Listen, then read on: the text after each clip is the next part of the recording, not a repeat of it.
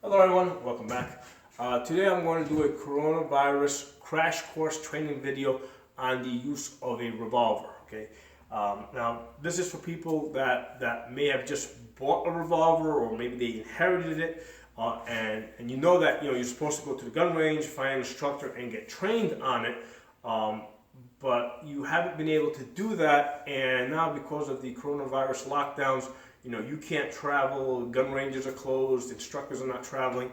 So I'm going to do the best that I can to give you some training in this video. We're going to go through some exercises to try and, so we can try and bring you up to some level of competency where you could use the revolver for self-defense if you had to, okay?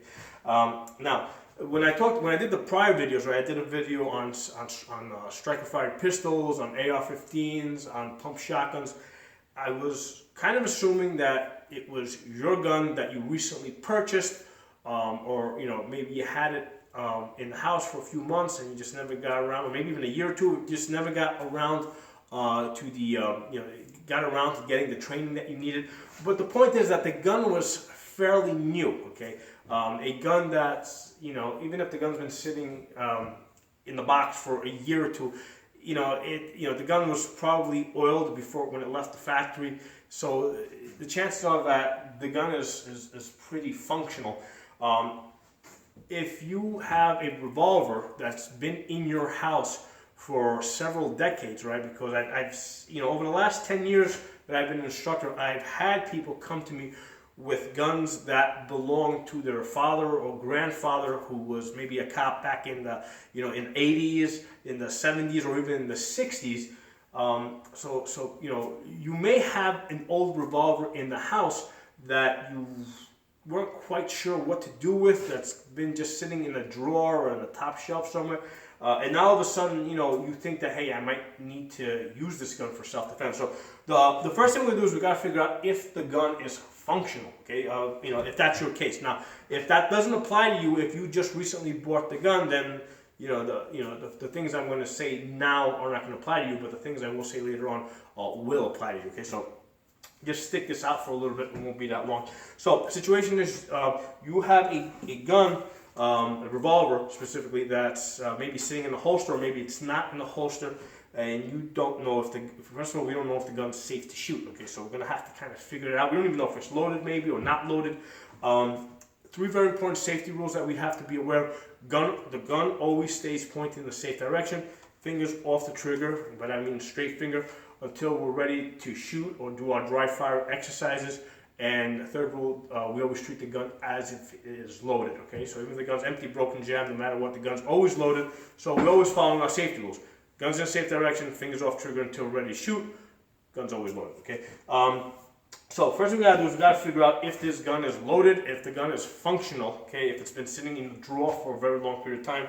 If it's in the holster, what we're gonna do is take it out of the holster. Just keep your finger off the trigger. Hold the gun firmly so you don't drop it, but just keep your finger off the trigger. Obviously the trigger is that part right there, okay? And then just by observing it, you should be able to see if there's any cartridges in the cylinder, right? You can see on this revolver, you can see the shiny circles over there. That now, if it's been sitting in there for a couple of decades, that might be a little bit rusted. Okay, if it's brass, that brass may have tarnished a little bit. So that's entirely possible. So the next thing we're going to try and do is we're going to try and open it up. There's a little button here that you push forward to release the cylinder. Okay, so what you're going to do is point the gun down. Okay, finger off the trigger. Okay, again, you got to find a safe roof in your house, safe room in your house to do this. Basement's a good place to go because you can point the gun in any direction except up. If you don't have a basement, go upstairs to the top floor and figure out what the safe direction is, and keep the gun pointed in that direction while you're doing this. Okay, so finger off the trigger, with your thumb push that latch, and then with this side over here, push the cylinder so it opens up. Okay, so I'll do it again. So you push forward on that latch. You see how that latch goes forward? Okay, and then with your middle finger here, just push it forward, and be careful not to put your hand in front of the muzzle while you're doing this. Okay, so just push it forward like that. Okay, now one of the things that I want you to try to do is basically point the gun up. And I'm gonna keep my hands here because these cartridges are just gonna fall right out because these are brand new. Point the gun up, see what happens. There is a plunger over here, right? Actually, let me take the cartridges out. There's a plunger over here, right? And when you push that plunger, all the cartridges should come out. So let me put one in there. Okay, this is the cartridge. The bullet's just that tip over there if you're new to guns. Okay, the rest of this is called the case. If that's in there like that, and when you push this, you see how they want to come out. Okay, so if you've got, if the revolver is loaded, roll them back in there. Okay, and you go like this, they should all come out like that. Okay, now if the revolver's been sitting there for a couple of years, a couple of decades, the chances are that when you push on that plunger, it may not push out. Okay, so I don't want you to sit there and start hammering away on this. Okay, if that's the case, what I want you to do is get yourself a rod of some type, like this. Okay, get a rod, you know, and what you're gonna do is, as the cartridges are sitting in there, right, you're gonna basically take the rod and push them through the front of the, you know, while the cylinder's open, try and push them out that way, and try to do that with each of them. Hopefully it will come out at that point. So if you go to each chamber, right, the chambers are the holes over here, right? If you go to each one and you push out, hopefully they will come out. You can apply a little bit of pressure. You can try applying a lot of pressure, but if it gets to the point where you have to basically sit there and start hammering away at this rod in order to get them out, then there's a good chance that you're going to push the bullet back into the case. Okay, in which case the ammunition is going to become dangerous. Okay, you can't, if you push this bullet back into the case and then later on you fire this, there's a chance that you may have increased pressures. So that's something that we want to try and avoid. Try to avoid hitting this so hard that you push those bullets back into the case. Now, I'm hoping that you have another box of ammunition for your revolver in the house. If you do, then we really don't have to worry so much about damaging these rounds. Okay, so if you know you got another box of ammo for this revolver, okay, then by all means, you know, put the rod through the front.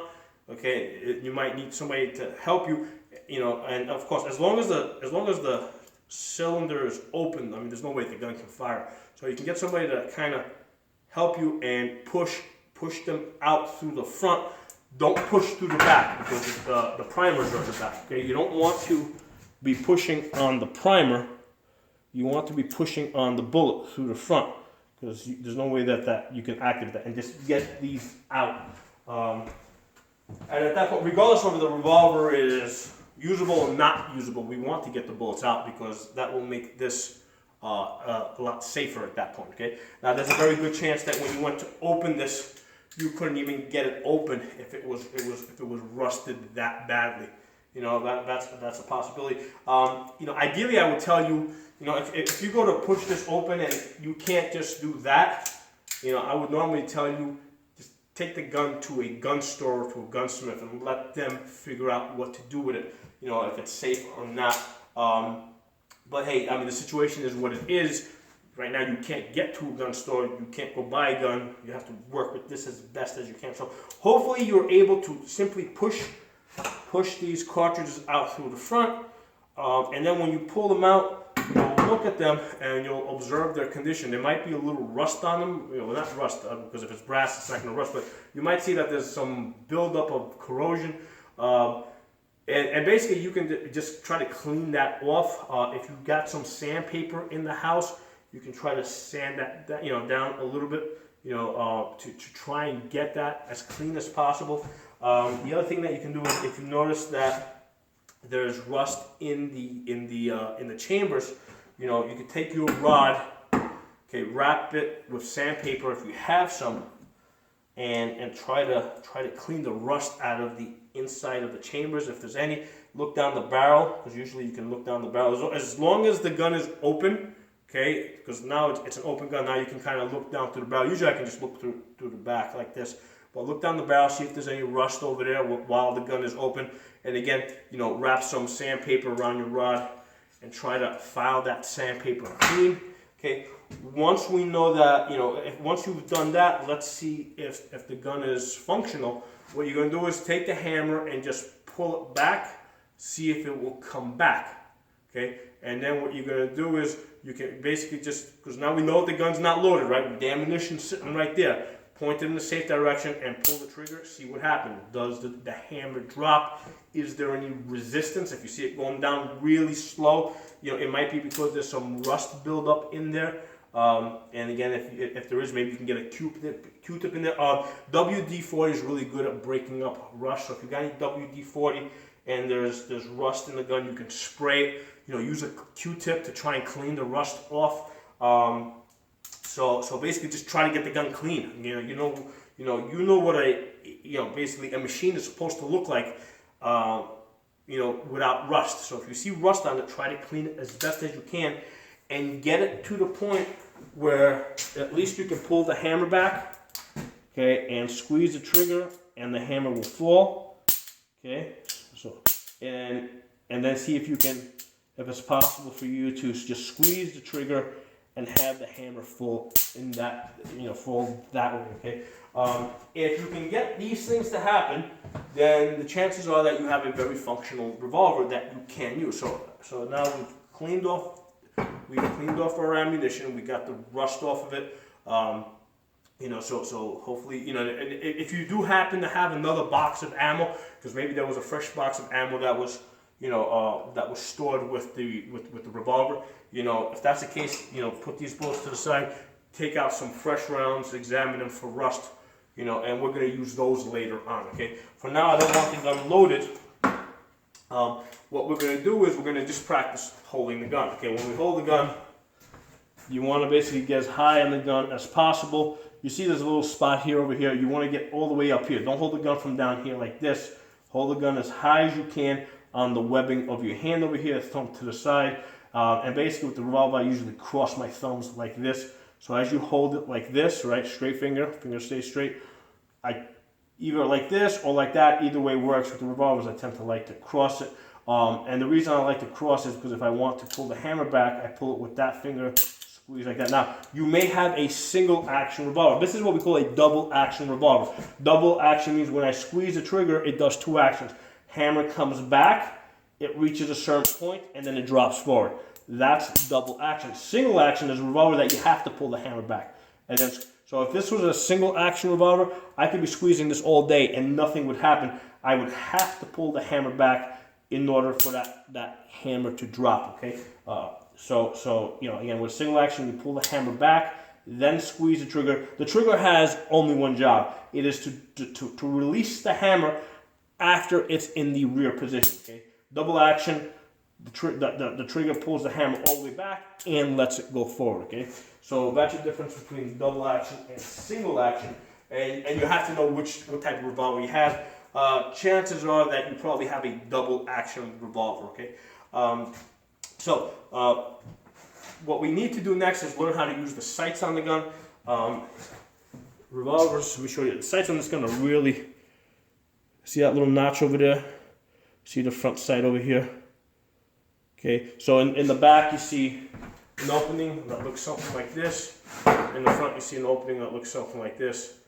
And basically what you do is you line them up so that they appear like that. Not like this, not like this, not like this, like this. You gotta basically, you hold the rear sights at your eye level, and then you move the front of the gun around where you need to match up the sights like that, okay? So, the next thing we're gonna do is we're gonna learn to aim the gun. Get high up in the gun like this, straight finger, cross your thumbs like that. Basically, this is the weakest point in my grip. I'm trying to close that grip, okay? So you see how my hands fit together like a puzzle piece? Okay, if you have small, tiny hands, you might even be able to tuck it under here. For me, that works pretty good. Okay, and this is what we're going to practice doing.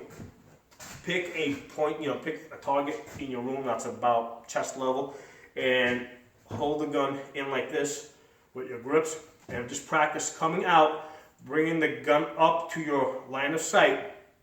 And when you come up, what I want you to do is match up your sights. Match up your sights like this. Now initially you may have to close one eye. So when you come up, you know, let's say you're, let's do a quick eye dominance test, right? If you make a hole like this, okay, look at something. Right now I'm looking at the camera, and just basically bring it back to your eye and see what eye it goes to. This time I went to my left eye. I'm omnidominant, so if I look at something towards the right side of the room, like over there, I'm going to go to my right eye. So depending on which side of the room I'm looking at. But most people are very right eye dominant or very left eye dominant. I can shoot on either side. So let's say you're right eye dominant. Grip the gun like we said, straight finger. And what I want you to do is just come out. All right, if you need to close one eye initially, close it and then open it. So we're going to do this continuously. Right? So what we're trying to figure out here is how we're going to present this gun so that when we go to full extension, our sights are already lined up. So even if I close my eyes, right now my eyes are closed, if I come to full extension, okay, you know, yeah, my sights aren't perfect, but all I gotta do is make a minor adjustment.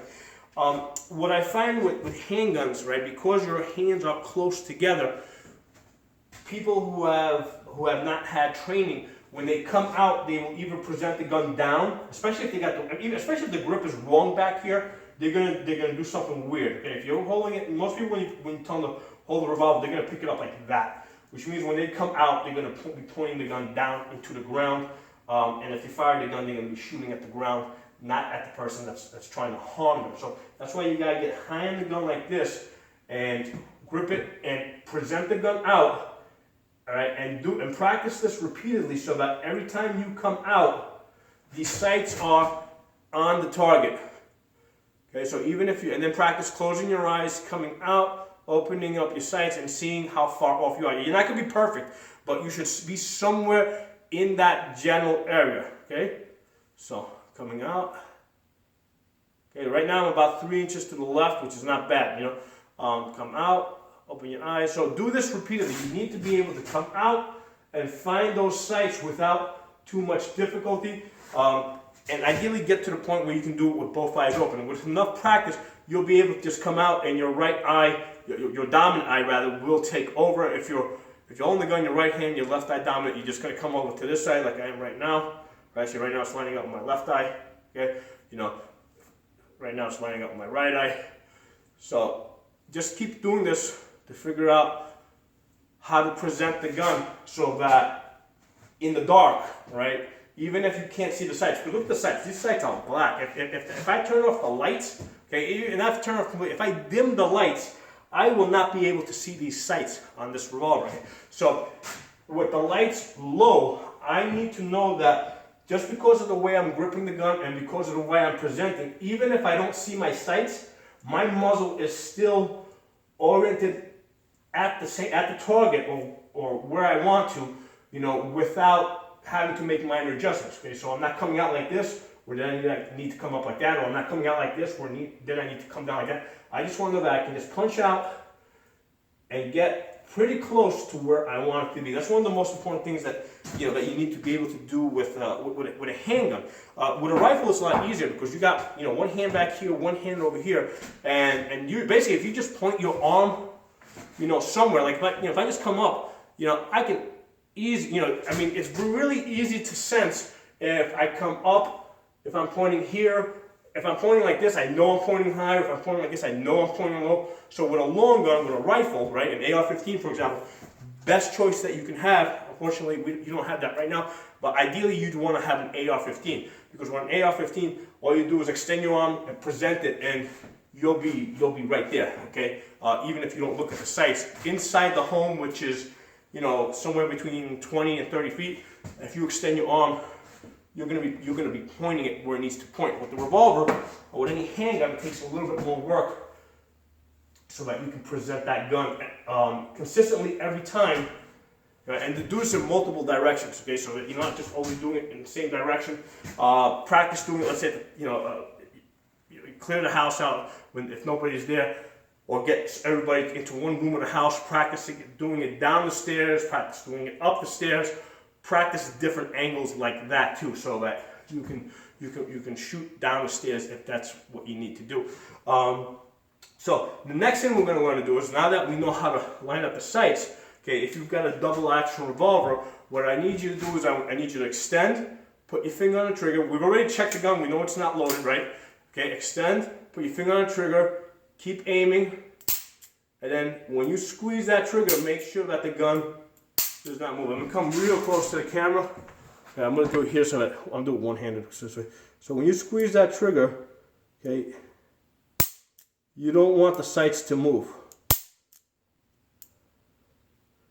You don't want to be doing this, that. Most people, when you give them a revolver, which has a double action trigger, when they squeeze and trigger, revolver has a long, hard trigger pull, especially for women. That trigger pull can be very difficult. So what they will typically do is they'll typically do this. So even if they're aiming, even if they come out and they're aiming at the target, as they squeeze the trigger, they'll usually bring it down. I see this all the time. I'm not hating on women here. It's just what I see them do all the time. Okay, and we need to be aware of that. Okay, so if you're a woman watching this, be aware that because of the strength differences, that's what you're going to want to do. As you squeeze the revolver, you're going to want to pull it down.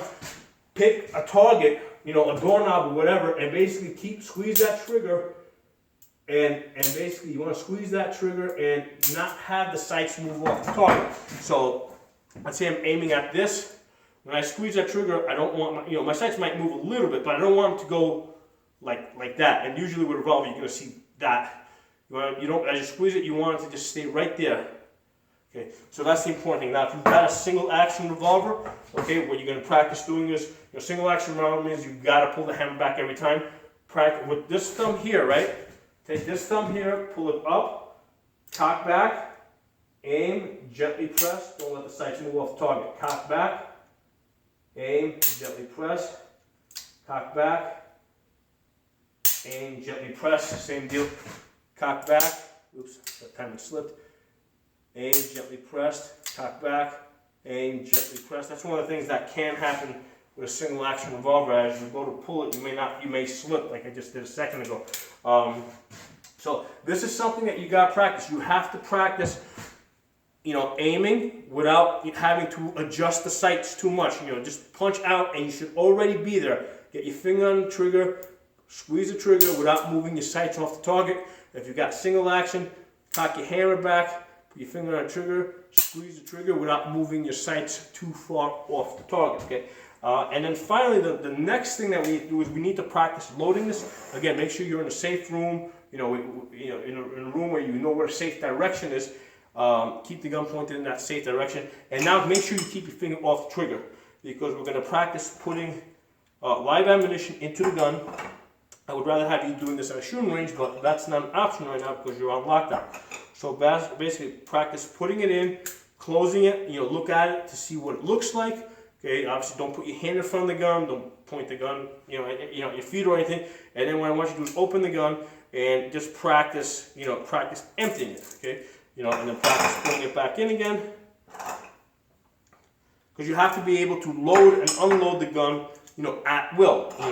Now naturally you're going to keep the gun loaded if you're, when the situation gets to the point where you think that you may need to use it for self-defense, and that's because when you get to the point that you feel confident that you can use the gun for self-defense, okay, which means that you may have to practice this for a couple of nights in a row, so practice loading and unloading it. And the reason why we have to be able to unload it and check it to make sure it's not loaded is because we're going to need to do these practice drills every day, where we're coming out and just basically practice coming out,